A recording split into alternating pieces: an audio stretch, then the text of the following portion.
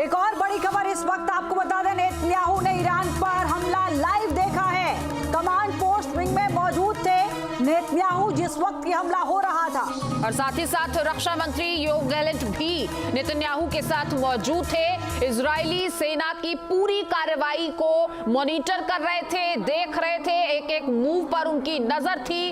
और ये तस्वीरें भी उसी चर्चा की, उसी रूम की, उसी कंट्रोल रूम की कही जा सकती हैं जहां से इस पूरे ऑपरेशन पर नजर रखी जा रही थी और प्रधानमंत्री खुद इस पूरे ऑपरेशन को मॉनिटर कर रहे थे।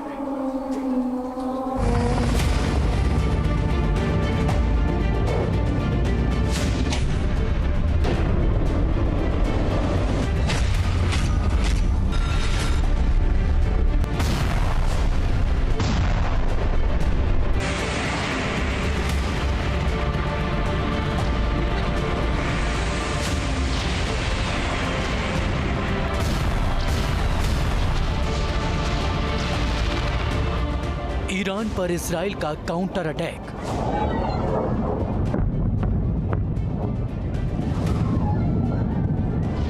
धमाकों से दहला तेहरान।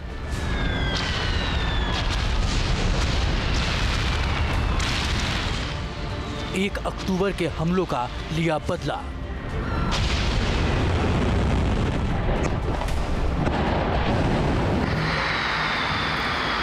आईडीएफ के 100 से ज्यादा फाइटर जेट्स ने बोला हमला।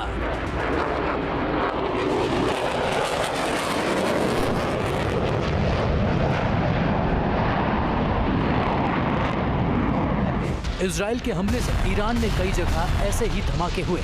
आईडीएफ के फाइटर जेट्स ने ईरान के सैन्य ठिकानों को टारगेट कर हमला किया।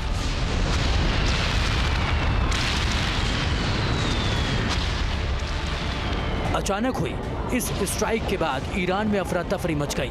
हर तरफ सायरन बजने लगे और दहशत फैल गई। इजराइल के हमले के बाद तेहरान के आसमान में कुछ इस तरह का मंजर देखने को मिला।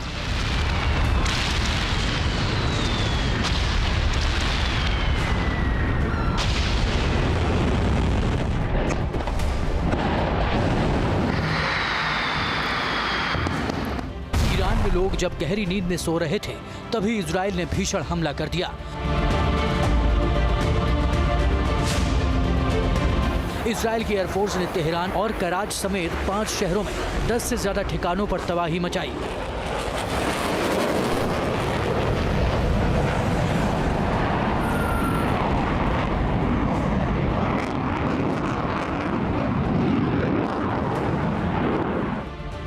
इजराइल के इस हमले में आईआरजीसी की राशिद स्ट्रीट बिल्डिंग में जबरदस्त आग लग गई। आईआरजीसी की जिस बिल्डिंग को निशाना बनाया गया वो राशिद स्ट्रीट 154 में मौजूद है।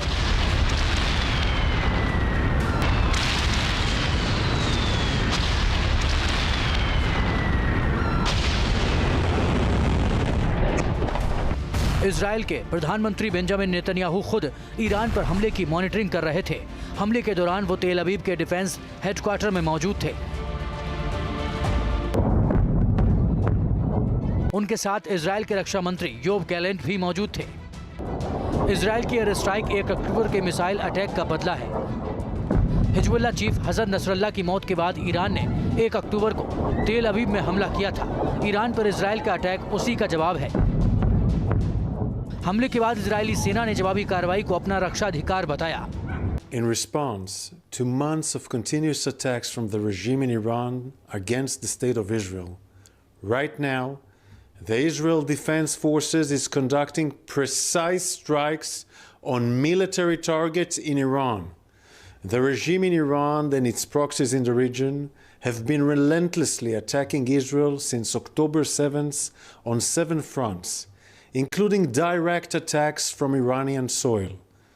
Like every other sovereign country in the world, the state of Israel has the right and the duty to respond. Our defensive and offensive capabilities are fully mobilized. We will do whatever necessary to defend the state of Israel and the people of Israel. Tehran समेत अलग अलग शहरों पर Israel के हमले के बाद Iran ने अपना एयर स्पेस एहतियात के तौर पर बंद कर दिया।